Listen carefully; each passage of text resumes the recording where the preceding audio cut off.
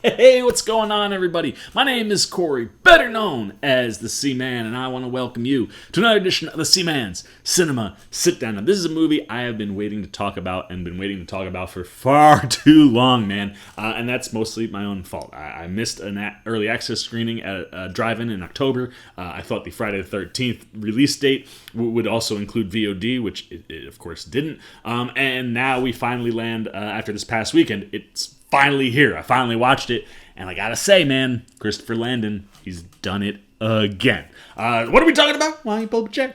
Take a seat. We are getting ready to dive in, spoiler-free, into Freaky. And I really, really enjoyed this, and so much of it simply comes from Christopher Landon.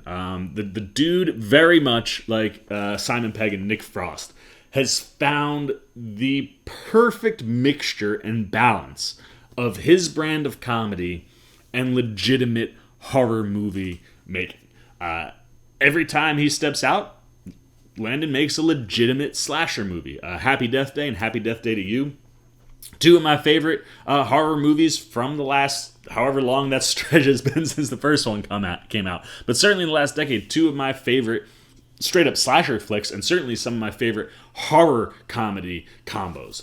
He finds a perfect way to dive fully into the genre and commit to a slasher film while sprinkling in his brand of humor. And for me, those movies work slightly better than Freaky because Jessica Roth's Tree Geldman is a more enjoyable character for me than Millie is. And Catherine Newton's Millie also is Vince Vaughn most of this movie, and Vince Vaughn's character, the Butcher, is mostly Catherine Newton, and that's because Freaky plays with another comedy trope, the Freaky Friday concept, but applies it once again to the slasher genre, and introduces this idea of a gender swap, which actually works really, really well for this movie because of the slasher element. For those that are unfamiliar, like I said, Freaky is a twist on Freaky Friday. Basically, we have this serial killer, the Butcher, who gets his hands on our main character, Millie, played by Catherine Newton, Butcher played by Vince Vaughn. And during a ritual sacrifice that goes wrong, because it goes wrong, they end up switching bodies. Their consciousnesses wake up the next day in the wrong body. And what I love so much about that idea is the way in which Landon opens this movie. He opens it with 5 minutes of Vince Vaughn's Butcher doing stuff that is legitimately terrifying. It took all of a few minutes for the Butcher to be a really legitimately scary slasher villain. And Vince Vaughn is terrifying, and the ways in which he kills the kids in the opening 5 minutes that establish who the Butcher is immediately makes him one of the all-time scariest. The kills at the beginning and just throughout the whole movie are wonderful. I mean, you know me, I'm a huge body horror guy. There are some excellent classic body horror shots and moments in this movie with the kills that happen. And they're really inventive. And the other thing that I love is that after we get this crazy opening with the Butcher, we're introduced to Millie, and we get a really good feel for what Catherine Newton has created for this character in the way that, like, you know, she has a personality and is definitely her own person when around her people. You know, her best friends, Josh and Nyla. You get a far more comfortable kind of vibe from Millie, but she's really introverted, and the story eventually does kind of tap into that and kind of explains why she is the way she is. She's kind of different than how she was prior to the movie starting. And we kind of dive into why she's kind of introverted and how that plays with the character. I love the way that Landon does all of that. But we're able to establish a very unique, very specific character, much like we do with the Butcher, so that when the Butcher gets his hands on Millie and goes for this ritual sacrifice killing that goes wrong and they swap bodies, you end up totally knowing who these two characters are, and then you're able to watch these other two actors play these characters spot on. Vince Vaughn is excellent in this movie. He's the MVP. Like I said, he creates an absolutely terrifying Butcher character that legitimately scares you, so that when you get to see him play, you know, kind of introverted high school teenage girl, it's a very big difference, and much like Jack Black and Jumanji. I don't think it's quite on that enjoyable level. I give Jack a little bit of an edge. But Vince Vaughn fully commits to trying to play the character the way Catherine Newton would. So when you get Vince Vaughn playing a teenage girl, it doesn't feel like a caricature or just trying to be like, oh, I'm Vince Vaughn, I'm going to do like Ditzy Blonde. It really feels like he's trying to channel Catherine Newton and vice versa. Newton totally captures the I mean, look at her face. That just dead cold stare is something that Vince Vaughn certainly knows how to do, and Newton captures it in a really, really fun way. And what's great is you watch Newton kind of get to be Millie for a little bit, and then she gets to be Vince Vaughn. And she's kind of introverted and shy to Vince Vaughn. She doesn't really speak at all, only when it's necessary. And she is a scary non-talker. And I love getting to watch Newton handle those two roles. And Vaughn and Newton together really create something special because not only of the way that they commit to playing each other, but that idea of the gender swap and what it means for the characters. Vaughn creates such a terrifying physical presence at the beginning of the movie that when Newton is him, he's got to become something completely different because he's really petite and he's not as strong and powerful as he is. And vice versa.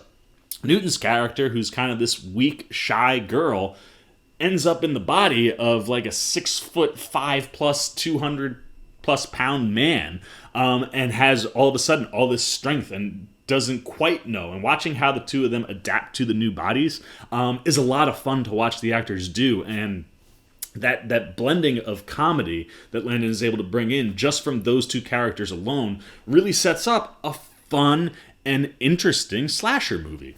And much like the Death Day movies, this movie also has a heart to it. There's a moment that involves Millie's mom, Coral, played by Katie Finneran, and Vince Vaughn, that is just, it hits you like dead center. It's a really, really beautiful moment. And then Landon also finds ways to insert some of that comedy in there too. And I love the way he's able to do that. But this movie isn't just about Christopher Landon's wonderful writing and directing, or because, I mean, the way he stages these kill scenes and just the scenes throughout the whole movie, he does, as we would expect, a wonderful job behind the camera.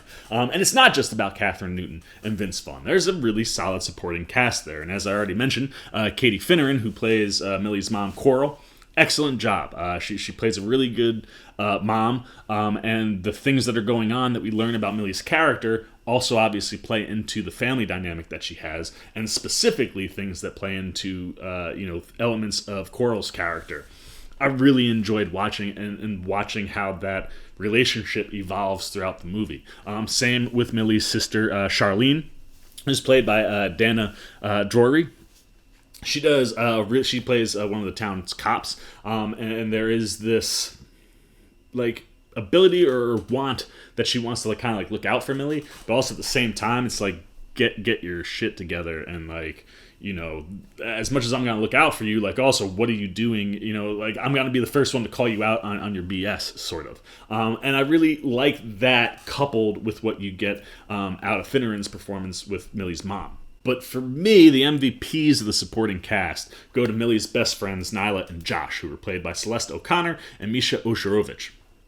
And I love watching these two on screen, specifically because of the way in which they support Millie, and how getting to figure out that Vince Vaughn is Millie, a lot of fun to be had because of that relationship that's really, really quickly but very solidly identified early in the movie. Watching them figure out that Vince Vaughn is actually Millie, a lot of fun to be had.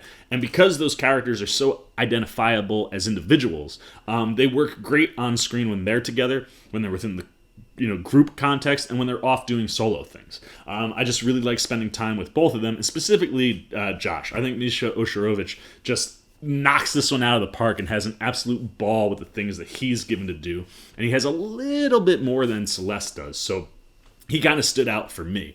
But I also really liked Uriah Shelton, who plays Booker, and that's Millie's love interest in the movie. And I like how he fits into the movie and where he pops in and out of. And he does a really, really nice job of elevating Millie's character, but most of the time he's on screen, he's with Vince Vaughn. And there is one scene in particular with the two of them that I was in stitches over, man. It was so funny and just so spot on.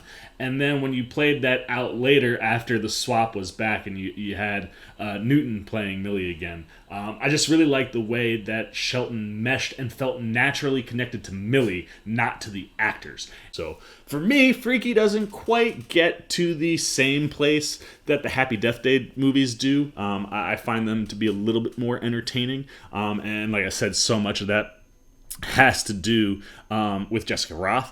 But Catherine Newton and Vince Vaughn are absolutely fantastic. And like I said, the idea of a horror Freaky Friday is just a lot of fun. And Landon does a really good job of, delivering a story that hits home, that you can emotionally connect to. That's the thing I think also that makes his movies so great, is that you were always able to connect with that main character in some way that really helps you enjoy the movie as you kind of go through that journey with them. But he, perfect blend of his comedy for that storytelling as well as the horror stuff. He really understands the slasher genre, and in this one has staged some of the best slasher kills that I've seen from him specifically, but also from the slasher genre lately. There's some really great kills in this movie, and if you are a fan of those, much like myself, Freaky's an absolute win, man. It's a ton of fun, and like I said, it's just loaded with things that hardcore slasher fans and comedy fans alike should really, really enjoy. I'm all about Landon just continuing to do things like this and give me more Happy Death Day movies. I want more of those. You can go down the Halloween route of those, man, and give me like 12. I'm here for all of it. Pretty much anything at this point that Christopher Landon is gonna touch, I'm here for. So there you go, man. Those are all the Seaman's non-spoiler thoughts on Freaky. Definitely enjoyed it, but now I want to know what you thought. Did you get a chance to see this in the movie theaters when it dropped on the 13th? Did you wait for it to come to VOD this past weekend? What'd you think? Good, bad?